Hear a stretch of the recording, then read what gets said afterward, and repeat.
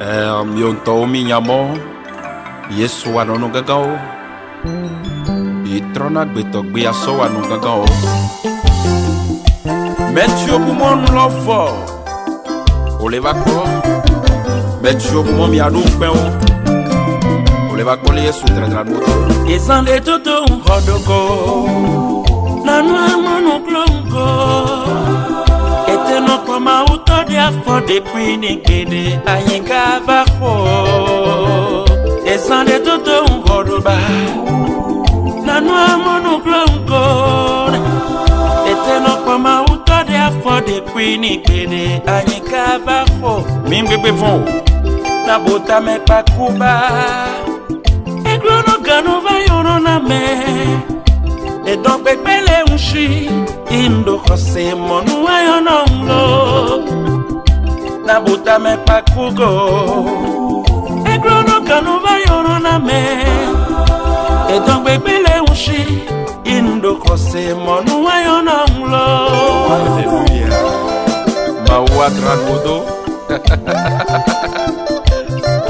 Nadia bébé fon Dodo sen Sabani ele amoa de chou Don sepo E mon léon Aha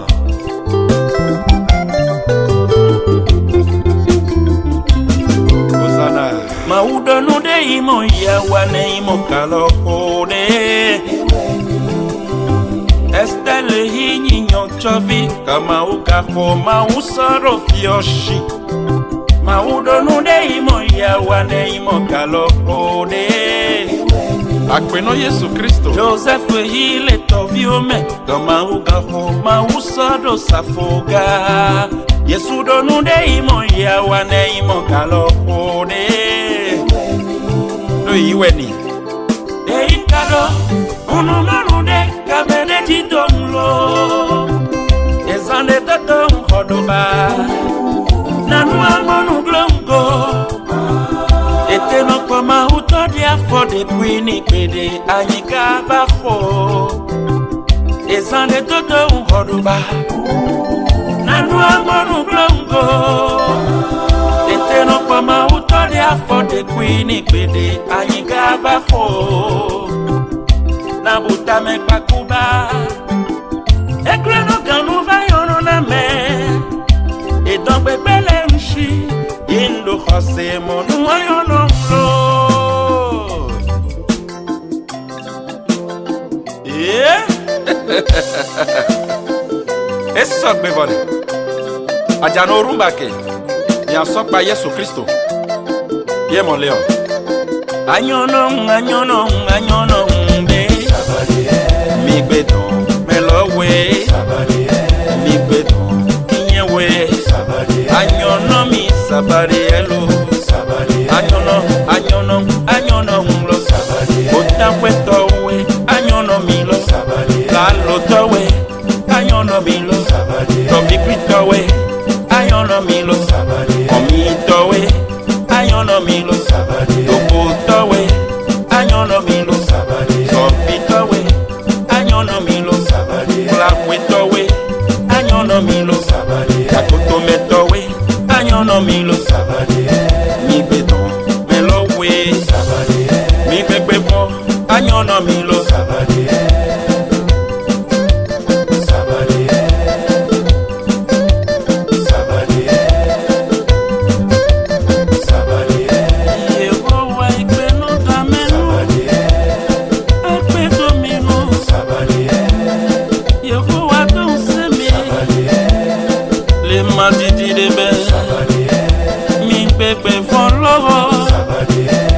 Alogo toava Betono toava Neva nyono mide Mingbengo be maulo Mido wi chati khomem Ado wi mio peson wam Anyono milo Anyono milo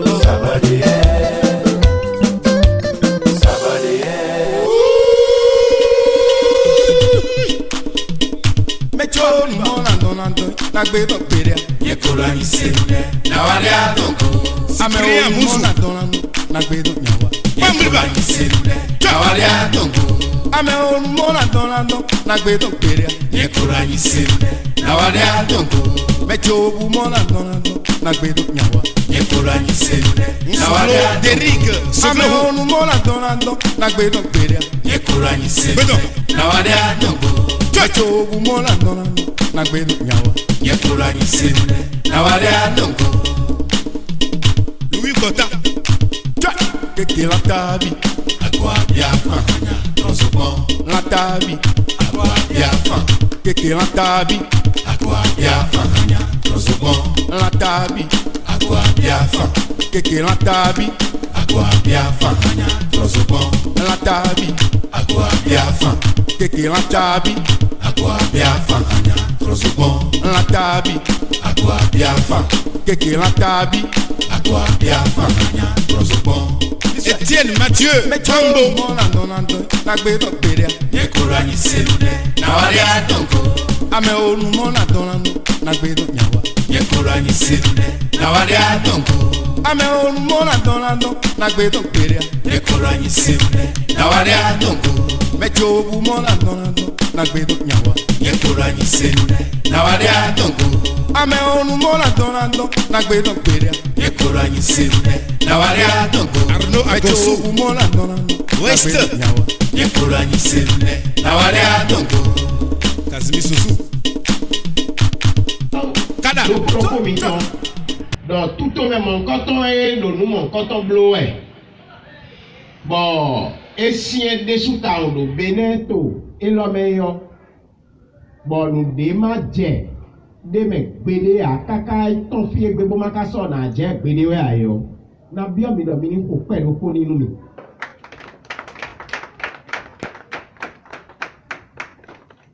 non le bio mi non vi mi ton fofo mi ton atavi mi ton ewu mi wa pledo to mi ton ewu mi wa pledo egbedi eyo na bio mi do mi ni le pe dahoro ko nínú mi John to ba wa ni mi na le pe o John to ba ko si ko mi to le pa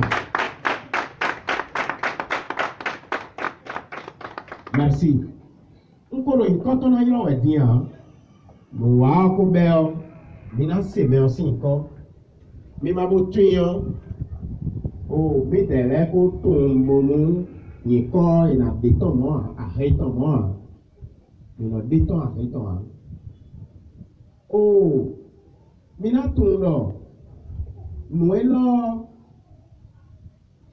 àmọ́ àtidọ́ àtigodo máa wẹ̀dọ́ àtiyàn bọ̀nù kálò àtiyàn owó àtiyàn mẹ́yọ lẹ́yìn ìdúgbò rẹ̀ sọ ìdókòwò yà é dàgbà bọ̀ dọ́kùnrin náà máa ń pẹ̀lú tọ́ náà mìíràn ẹ̀yìn mi mẹ̀gbẹ́ tọ́lẹ̀ mi máa yá wù ó dọ́kùnrin náà mìíràn ó sọ̀hẹ̀ àwọn. Mi tó na méjì mi lò mi dé sọ́yìn tó pè wẹ̀ mi lò pẹ́ mi tán jódó ẹ̀ ló nù é tọkùn ẹ̀ náà yàkùn nà pẹ̀lú tọ́ ná mi yọ nù é dé mẹ́ dàgbà nù é lò àti mẹ́ àzọ́ ẹ̀ lò pọ̀ tẹ́mẹ́tẹ́mẹ́ yọ èsù kọ́. bọ̀ nù mọ̀ nǹkan tán ẹ̀ wé dé yọ ẹ̀ jẹ́ ha bẹ̀rẹ̀ sọ bẹ̀rẹ̀ àkọ́ tó jì bọ́nà tó kú nìyí ene tɔ wutu ɛzɔn bɔn wɔni se si pe sɛkɛ ewa wa gbɔdɔ emi na do ŋutu yi bo xɔ isu axɔsu gbɔdɔ numɔ nkɔtɔ blo ɛ bona do ŋutu yi egbe bɔn mimɛ bi kui mina mɔ eyi nu klɔnu de bɔn enɔ blo wa de zan de diɔ nu wa nabɛ de zan de tsɛtsi do ko mɛ kéwòn kpòwòn jíjẹ ẹ̀yà ló pẹ́ à sísẹ́ hàn lè tó yẹ. Gbàtọ́lẹ̀ mi ló kóná di xẹ́sì. Ẹ̀ka mi níná di xẹ́sì gbẹ kó dá lọ wí má mẹ́ni bẹ̀rẹ̀ ń mú kó di. Pomina no do kahuedo elo sunsun. Nudewe ewa chiwe no pa. Akuna chichi mitore maruza lono kame. Kwe nusana kwe mimbu kombo. Kede no be numbo iba bruno pa ina gonto kwe de nua bruno kon. Ena koloni we minondia. Nuli ogbe kubo nkua. Monduda maruza lono kame. Inkpetun tonso ya lodiji. Ni cholo ekpo nonwenwe. Minino di khasi mea. Nkbeko dalo. We ma tome bere umbuko di. Mamina no kamo elo sunsun. Nudewe ewa jiwe no pakuna chichi mitone mahuzala no kame. Wenu sana kuwe mimbo pombo. Pese no benumbo ibaburu no pa ila odo wede nuwa buru no po. Ina gulu niwe minodea. Nudea bepo wa unkoa. Moduda mahuzala no kame. Tato nuto soya la de jidi julu eko ekbako adonenuwe. Milo kono di khasi bedalo we ma teme bere umbuko di. Mamina no kamo elo sunsun. Nudewe ewa jiwe no pakuna chichi mitone mahuzala no kame. Wenu sana kuwe mimbo pombo. Pese no benumbo ibaburu no pa ila odo wede nuwa buru no po. Ina gulu niwe minodea. Nudea bepo wa unkoa. Moduda mahuzala no kame. Tato nuto soya la de jidi julu eko ekbako adonenuwe. Ole gbetajo oyo egbejo lokan mi aduto pirati. Kere pasiro we ke opete. Nambi sumu, nambi yonu. Meho azaro kanalo temeteme go jinja indo azava elo safi si zanza kekabo o kailo lo huhueleo mi togbenu lokuloko mi tole togbenu majeste mi tan po iji ju ipo ede su ero tete mi tan mi togbenu majeste mi tan ó tó gbẹnu lókòlókò mi tàn lẹ́lọ́ yẹlé dèémi kò ṣe àfọwálù wá lọ́gán sí zanzan bókòló tẹkmọ́ káwọ̀ káyọ̀ lọ fòfò ẹ̀ ọ́ mẹ́ dájì epo tó mẹ́ dàtọ̀ epo ìkànnà tó dé mẹ́nu lókòlókò mi tàn lẹ́bọ̀ fífa nánà méjì kàkà bọ̀ mùwé bá mi ní lóko lọ́nà mi náà mọ̀ tàdá tó wọ̀ òfò ọ̀nà yín fúfọ́nù wọ́n mú mi wá fílò zanzan yìí lọ. Mi ko tó nọ yẹlé mẹtọ mi tọ mi tí òhun wọn ẹsọ bọ mi wà pé ló fi gbé mi ká pé mi pé yàyà mi pé ló mi nà á lè àfọdílé ló kó dónú kọ bọ ló tẹ ẹsọ bọ mi pé ló fi ló sànsàn yìí lọ mi pé ló fi ló dàgbé wa tọ náà tó gbé wutu nú èyí dàgbé wa tọ èlò nù wá kẹkẹ abúlé ẹjẹ kan lé mẹọ. Mais les noirs topé quand même. Mon couteau à ça. Cérémonie de distinction honorifique. Bon, oui, nous mettons pour le gars, foufoutons pour le voyer. Bon, nous y attendons et bien et la blo, nous manquons nion. Et ouais, et non blo. Et quand on met des boucons, moi, nous décorons et moi. L'autre même idée, mais mon allié, Tobi le pour le pot. Lọ́kàn ìzùnmù tó náà ìlú kan là pátọ́ pé mọ̀ ẹ́ dé gbọ́nú àkọ́zọ́ àtọ́jà hólẹ́rẹ́ bọ̀ ìrọ̀lú sí àpò ìtọ́lẹ̀ múná gba pé tẹ̀mẹ̀tẹ̀mẹ̀ lẹ́nu tọ̀gbọ́ fílẹ̀ bọ̀ fínẹ́wẹ̀ lọ́pọ̀ òǹdè mìíràn lọ́yìn ìrọ̀yìn ìlú ẹ̀ sọ́síà tẹ̀mẹ̀tẹ̀mẹ̀ lẹ́nu ẹ̀.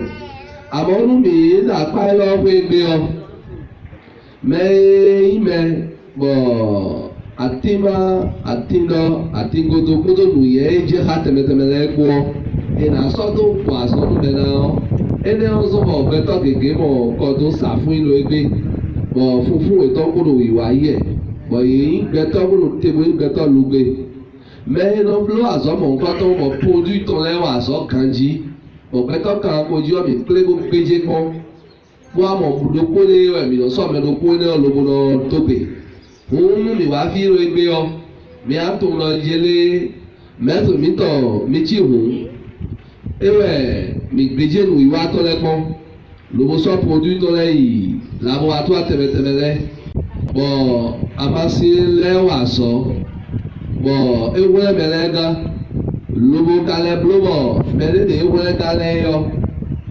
yẹsọ́lẹ́ adó efe segondẹ́ dé à bọ̀ mi gbèjé kpọ́nù pẹ́tọ́ kan kò jẹ́ jíjí bótú lọ egbe ọ lẹ́mi là dógbe ńgbẹ tó mẹsìn wíwá egbe tọ́lẹ́ ọ yìí kánò hẹ̀ wé mánu ẹ̀yìn là dógbe mẹ́kpọ̀ ńwúna náà lọ mẹ́múna tiwẹ̀ à ló tọ́gbótọ́gbó mi tọ́lẹ́ ọ yìí kó dó lùgègè bó dá inú mi bọ̀ àtò lọ yẹlé ìsọyẹ̀ síkẹ́ sí àmà ẹ̀ lọ́ọ́ di ọ olú èjì fi ọ ìlọsọ́dún wà sọ̀rọ̀ ló fi ọ kó tó fi ọ kó egbe dimonu mi karo koto nu fi kutonu fi dimonu nu fu ene o ka hela ble beto mo we so la gbe amo tí wọ́n náà ahọ́ yẹn sí kẹ́sí àmàlẹ́ èso rọ̀ éńpùlù ènìyàn àkàwé èso tètè gbè màá họ̀ bọ́ àdókò ọ́ àpẹtọ́ náà dà ẹ̀hún léwu à mẹ́rin bá ká tó ń lọ́wọ́ pé kúkọ́ gbé àyọ̀ nùwọ̀n lárò wíwẹ̀ rẹ̀ bẹ́ẹ̀ àtòsí rọ́ọ̀nù tẹ́mẹ́tẹ́mẹ́ ló gbẹ́mẹ́ bíbọ́ nù lágbọ̀ à nù ékélá gbọ̀ àzọ́ ọ̀nù fi ọ̀yọ́ yẹn sí kẹ́rọ́ mẹ́rin bí mo jẹ́ bẹ́ẹ̀ à ń bẹ́ẹ̀ kpọ́nọ̀ lùdò báyẹ̀ do àtìngòdò àtìwájí máa wuli ńdọ̀ lẹ́gbẹ́ bí kàn lọ bí lọ́wọ́ wuli ńdọ̀ tó nù ọ̀jí à bọ̀nù ẹni ọgbọ́dọ̀ vertu ìdáhùnmọ̀ vertu ẹni lè pàtẹ́ fi ìgbẹ́tọ́tọ́ positive máa yọ mẹ́rin lẹ́sìn produit ẹ̀ lọ sọ̀rọ̀ lọ́wọ́ lọ gbèjé kọ́ bọ̀ gbèjé wẹ̀ là gbèjé kọ́ ń tán lé lọ́wọ́ la kpọ́n lọ́nu pétó nùnú ẹ̀ à tàbí àsọ̀rọ̀ kó là gbọ́ ẹ̀ dá ìwẹ̀ tó wọ̀ èso àmàṣe ẹlẹ́mọ́ ní ẹbẹ́ pé wọ́n gbọ́ ẹgbọ́ ẹ̀ à ìlà kpọ́n ẹ̀ lọ́bi wí wọ́n ìlà náà sọ̀tọ̀ náà tó ń bọ̀ wọ́n mọ̀ máa kpọ́n lọ ẹ̀ka náà kẹ́sì tá a lọ kpọ́n kíkà ìgbà ẹ̀ lẹ́ ọ̀ ẹ̀ lọ kpọ́n ń pè nàbí dé tó bọ̀ wẹ̀ máa ẹ̀ lọ ẹ̀ nàgbé mi ìjà lọ ẹgbẹ́ ọ ẹ̀ lọ á sì hu ná wẹ̀ máa ẹ̀ lọ rẹ̀ kó de pierre paul oyaba mi tí hùn ẹ̀ wẹ́ sọ mọ̀ mi pé mọ̀ mi ká wá múná wá àgbàtàn yìí ló fi ọ ẹ̀yọ́ wúlọ yẹlẹ mi sọ̀nù wá sọ́nù fi dahode vode ló fi yẹn náà wà nù ọdẹ yọ pẹtọ déwé tẹ pé ló fi gbónú ìsọwé màdá lọmọdé yọ ẹnà valọ òwúrọ ẹni sọdá lọmọdé ló zọmọ mẹríkà mọ fi wà nù ọdẹ dé yà ewé zọmọ mi lọ nínú yé má sọ hàdí lọ mi lá sọdọ sọ fi lè kó bá pé pẹtọ sùpọ o àmọ fi lè lò nù wà déwé ọ ní sọdọ fi gbónú mi wà á nù ẹzọ mi lò náà lóhùn tuyọ mi là tìmẹ ọtọbi tó fi sílẹ̀ lásì wẹ̀rẹ̀ àtò lọ yé nu wíwá ẹni ọmọ ẹ̀wúrẹ́ gáwá ẹni ẹni ọmọ ẹ̀zọ́mọ mi wà á fi lọ egbe ìmúlẹ̀ pẹ̀lú kónú mẹ́tò mítọ̀ méjì rẹ̀. mílíọ̀nù lẹ̀ pẹ̀lú kónú mẹ́tò mítọ̀ méjì hùn ẹlẹ́lẹ́pẹ̀lú. ekele tiẹnu lókòlókò mi tọ́lẹ̀ ẹgbẹ̀ diọ mẹ́gẹ̀gẹ̀ débọ̀ yee tsoni lɔ mɛ gegedo bonu atitebo lɔ amaho le kle ŋkpo wɔn adɔlu mi lɔ yele yelɔ xɔ kpo wɔe sɔn le tame kpɔdo nu de bo wa adɔ amahoɔ yalɔ fotogo fi lɛ nuwe la dɔ da yi xame la sukpɔ bɔn nua le kɔtɔ esɔlɔ amɔkɛtɔ keke de kɔ loɔ mìnítò ń lọ yẹlé nùwéjì tòmí tó jọ dé ọ mi lọ́jọ́ tó bọ̀ númi pọ́ kọ́ńplémà lè máa tẹ́ tó tòwé lọ́gbó sí tòkù tó lòun lọ́wọ́ àtò ẹ̀ fi yé ọ nùwẹ́ kún tẹ̀mẹ́tẹ̀mẹ́ lò lùlú ọmẹlẹ́wẹ̀ éèdà tí lọ́mẹlẹ́wẹ̀ éèdà tí lọ́mẹlẹ́wẹ̀ pọ̀ yóò wọ ẹ́gbúró lóbo sọ́kọ́ńdó ìṣẹ́lú ìlébẹ̀ sọkọndo pasti de bẹ isọ de wúlò atikẹtọ lówó sọ ọmọ yìí lobo zanu mewi mewi ibe bo zanu le azonton ewe nuye nle keke kalo mi palo fi onu vlavo no vi mi to de ka lo lu ko mo ye me bu ka blu mo ko to be to le keke no so do mo wa lo ba de bo na lobo no no nu ene o ho na de ka bo pe je to no kwe na so fu e ma si ka wi ya ne nwe le nu mi ni to lo yire nu keke o to mi to me mo ho ho mi bo egbe o mi no na ke ya la o na to lo yire ya ke na me mi na mo si ko be mi to le mi ni to lo yire me la zo e no blu e ba zo e blu e ede o enyo mo nu bi fo de wo me ne we je ka bo un to egbe to bo mi ko do ahosu gbogbo nu wa mo ko to blu e o egoli mi na zo e no wa o egoli so yin egbe nle ya meta ahosu to ma no de me ji pe se ko ile monsieur adani ko do me fi di yo meta mo jo be egoli lobo no wa santé sans o no wa éducation sans o no wa culture sans o mi na zo e no blu e o mi ko ja ko ha minister gege bo ye ko mi ko na zo a etepe kaka wa je igbe nu e wa lo un tundo ganda ho le o mo je me yi azon poto te pelu bo ko lo ku obla me o o traité azonde ma zo le ko bon me le o me ne wa da gbe da ho to me bu je ha lo ni ni to be me le ko poto e je ha lo be to mo poto na mi le lo to me o ye re na lo bo to na fa o ene o ezo bo do ndo bi ba mi to me o me la ho mi mu e din o sun to won so we ya e ka wa je bo igbe o mi lo symboliquement il va fi lo na so tableau d'honneur o e chapeau kodo mo e je ka le ko so ata lo me ni mo no na do tun lo ye lo wa million nda gbe we bo e ka ino e nu nda gbe kele we ya e nu ta nu gbe to gege me je ka lo e we lu ra yi un tun mo koto lo ino jire me no blu nu o bi we mi no lo un tun wa me blu bo nu to wa zo hu be le we mi no so mo fi bo to be nu kan to so teme wa fi bo wa lo nu wa lo to bele lo ma ble mi a ye si we to le bo mi no to o we to be nu lo pro mi to le lo wa mi wa to kan me bo ku ide we bo mi a ha ko je ji o e bi mi bo mi a le pe da ho lo mi ni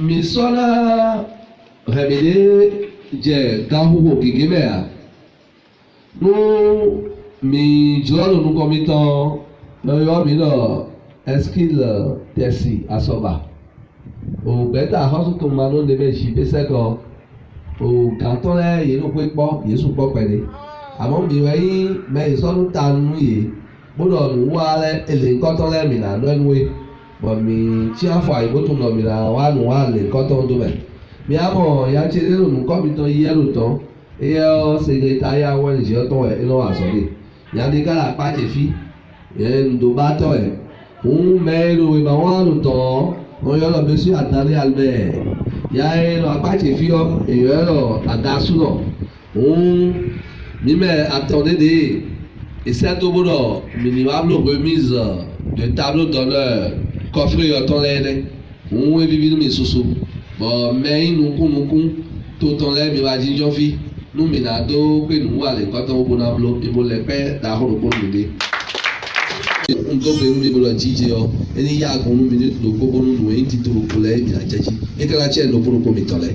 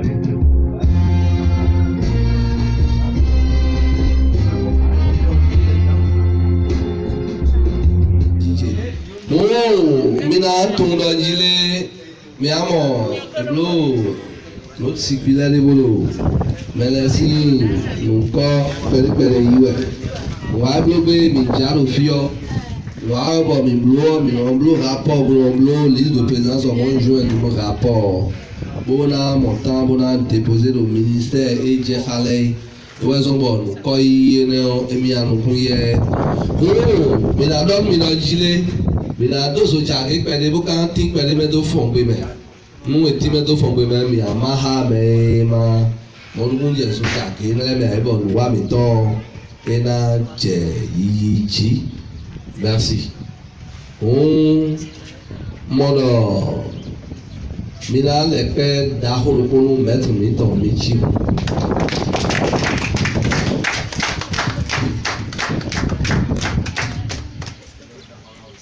Tu vas, d'accord. Mes amis. Mesdames et messieurs, Majesté tête couronnée, Da azaro talano de gudo doleyo mi doge nu lo ko mi tole. chères autorités politico-administratives, Mi doge nu tole da ero to home fi lo pache nu fi chef quartier lo fi o mi doge nu ye biwi. chère population d'Abomey Calavé, Mi doge nu novi sunu novi yonu e tosi Abomey Calavé si to kun la me lo fi le yo. Olùkọ́ ha mi ló fi èmi tó gbé nínú kúròkó mi tán lẹ. nous voudrions vous remercier pour votre présence massive à cette cérémonie. Nítorí mi èmi lè lọ yẹlé wàá mi wá tó kàn mẹ́ gbogbo jíjà yìí ó ká sùpọ̀ sọ̀lẹ̀ ọ́ ebi bínú mi ta ọmọ mi ló gbé tán tó mi yẹn. Cela témoigne de l'intérêt que vous accordez au développement de votre localité. Mo ní ọ̀hẹ́ léèmí ké àánú tó náà inú kan há mi tọ̀lẹ̀tọ̀lẹ̀ gan yọ. Votre attachement à vos valeurs traditionnelles, culturelles et religieuses. Kótó wà yín ló já mi kótó nùwé mẹ́kọ́ mi tọ́lẹ̀ tó yà yín mi dọ̀mọ́ mi fòtún kótó mi lè ti yà àmà yìí mẹ́kọ́ mi tọ́lẹ̀ kó mọ̀ tó la bọ́yì ní ọ̀sán ẹ̀ dìbò là sọ pọ̀ náà bọ̀ mi yín wà náà bó jáka ha lóbu wa bí wọ́n sọ̀mọ̀ mi ló gbé tán tó mi wẹ̀.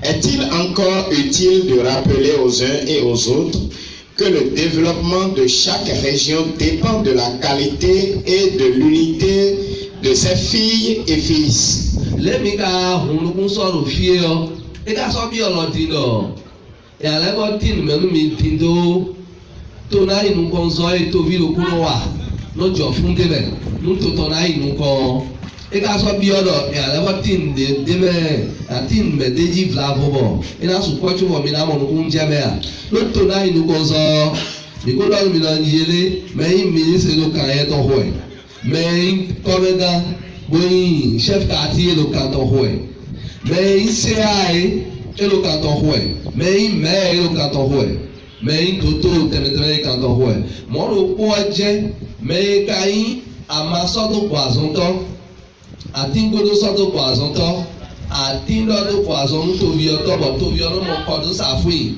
bo e pe dion azon ele ka traiter le toto we vi tẹmẹtẹmẹ go bo to vi ele o e ka de amasele ọtọgbọ tóbi ọzá tóbi tọwé gọdì ọzá ọ èjì fífẹ ònù náà ẹfẹ lọ yẹlẹ tóbi lókòlókòló jọ fún tó tó náà inú kọmẹ bọmi ló gbé tán tónú lókòlókò mi tán lọ yẹlẹ ẹkún sọ bí ọ̀rọ̀ mi la tìǹ mẹ dín lé fojóbónú mi amọ̀nùkún yẹnu mẹ ló bí èmi lè dín ọ bí ehùnkún tó ọ bìyẹ ọ ètẹ́ntì mẹ mi kò dé. Pour y parvenir, chacun des fils du terroir utilise ses compétences professionnelles, son talent culturel, artistique ou ses connaissances spirituelles. Nous avons ntona inu kan ebi ọlọye tobi lokolokolo na jọ fún do oto ọmẹ ìka jọ fún do to ọmẹ ìyá jọ fún do to na inu kan zọ ọmẹ ọ mẹ ìyá jọ fún dẹmẹ o àkọzọ wa pàwé àsọgbogbo pàwé àmàzọ pàwé ìlọjọ fún dẹmẹ mọ to na inu kan ó sọ mi. C'est donc la synergie d'action des enfants d'une même région qui fait le développement. Mo bá sọ pàjá mẹ́lẹ́ bọ́lú mẹ́lẹ́ bẹ́ẹ̀ tó lọ a décoré ministre, pour qu'à décorer Amazon le couteau, et dès qu'à dire à Dieu, pour toi de noir, tout là, nous consommons, et tantôt, vide, coloko, bon, puis, plaît, on entend tout nous comme. Mais ils sont gardés le bouton, les bouton, on dit, bon, ils ont là, alors, on a, et quand on tourne, il y a un oui, mais il faut tout, bon, et nous, et tout, il y a un peu de et elles sont tournées là. Avant nous, il y a une boutique là, pour y avoir massé, vous savez, on va pouvoir moi. Tout vient en cas, oui, nous, tout là, ils nous consomme, et voilà. En un mot, on doit faire Monsieur Koude Pierre-Paul Onyamba, alias Maître Mitiro, est une personne ressource, qui est devant vous aujourd'hui. Patriote. Oh, tous en attendent. Un tradit praticien chevronné.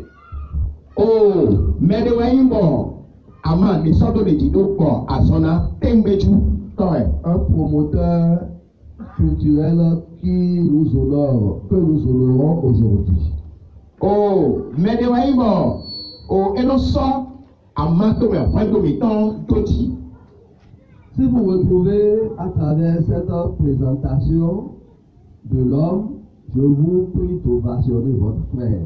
Mon ami, mon mide, nous évidons, et maintenant, nous disons, nous cognons, nous croyons, mais la faute de tout est Votre ami, votre enfant, votre ami-con, vieux-mi-con, votre bien-aimé. mais mi en aïe, mi n'en est pas ni. Moro, mi nadoru, mi nabe, mettre mi tobo, ena chite la photoji. Eka na so abo, aso eneo kana nukoi tobileo.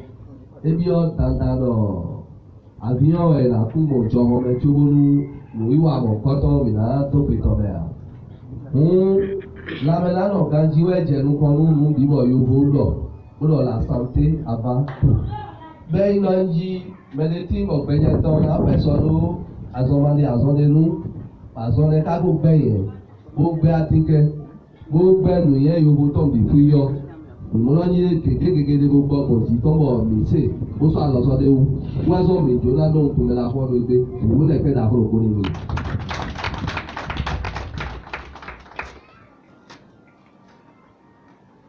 Jíjí ọlọ́dọ̀ nùdè fún ẹ̀ ẹ̀dí ẹ̀rọ alọ́gbọ́n tó mọ̀ mẹ́mọ̀ ẹ̀yọ́ ẹ̀láàrọ̀ nùdè fún ẹ̀ tó mọ̀ mìíràn ló pẹ́lẹ́ dínà ẹ̀ dáwọ̀ mọ̀ mìíràn tó ń tún mìíràn fún ọdún lẹ́pẹ́ dáhùn òkú bẹ́ẹ̀ ni lánàá tẹ̀sí owó. Le chemin de la réussite est parsemé d'embûches. Cascade, Scientifique, Kodiapo, Ekoteru no kwe kombo ando yatire. Ya inti warile wenko sema mpeden matayo. Kodiapo, Ekoteru no kwe kombo ando yatire. Ya inti warile wenko sema mpeden matayo. Kodiapo, Ekoteru no kwe kombo ando yatire. Ya inti warile wenko sema mpeden matayo. So ikutua so clay. Pachumo mina khabuna so chulu mettre du temps. Il est la peine d'arriver pour la moment. Et quand la telle République du Bénin, ministère de la Santé, Haut Conseil d'administration, organisation non gouvernementale des jeunes pour la promotion de la santé, de l'éducation et de la culture ONG JPSEC.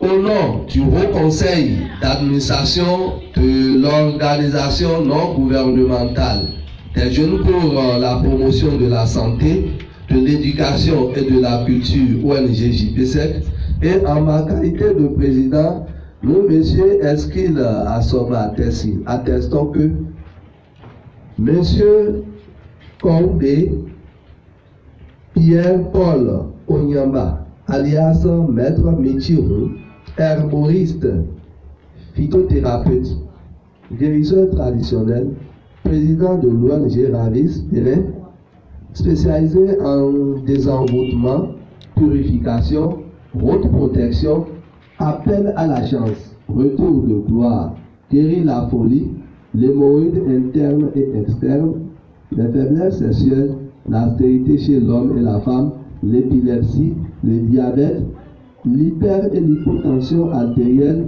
les œdèmes, les fibromes, les myomes, les kystes ovariennes et les maladies d'origine occulte. A. Abomey Calavi est distingué pour meilleur acteur de la promotion des valeurs culturelles, de la médecine traditionnelle, la phytothérapie, la pharmacopée africaine et de sauvegarde des vies humaines. En reconnaissance à votre sens de responsabilité aiguë et d'engagement pour la promotion des valeurs socio-sanitaires dans le département de l'Atlantique et du littoral en particulier et au Bénin en général, votre contribution active pour l'épanouissement et le bien-être des populations, nous vous décernons la présente distinction. Ainsi, toute la communauté béninoise vous considère pour votre humilité, sociabilité, amabilité, combativité, en vous prenant comme bon exemple à suivre. Signé par l'ONG JPSEC et bien co-signé par la Cour d'appel d'Abomey. Donc, nous pouvons ovationner fortement. Pour Maître Michio, nous l'appelons d'Afro Poli.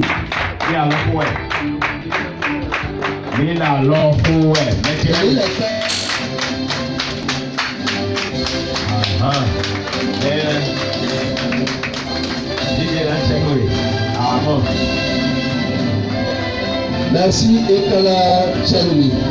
Bon, nous allons voter à Fonoko.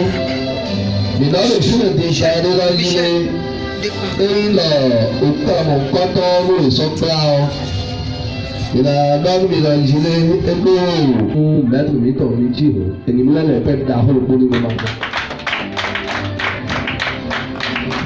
Nous demandons Amen la seconde carte. Nous demandons à Eddie nous sommes derrière. Depuis l'homme à Hossoé et Léa. Et à nous devons faire d'Afro pour nous. Donc nous demandons à Hossoé à son papa, mais la soeur de l'Okwébé, elle a nous voulons faire de la Hossoé. D'accord? On devait mettre la Djidja et nous le pétons.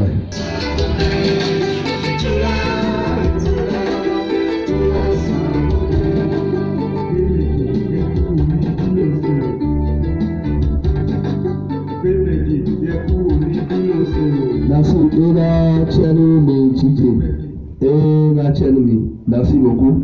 Oh, quand même, vous, pour Minaï, nous avons ça pour des oh,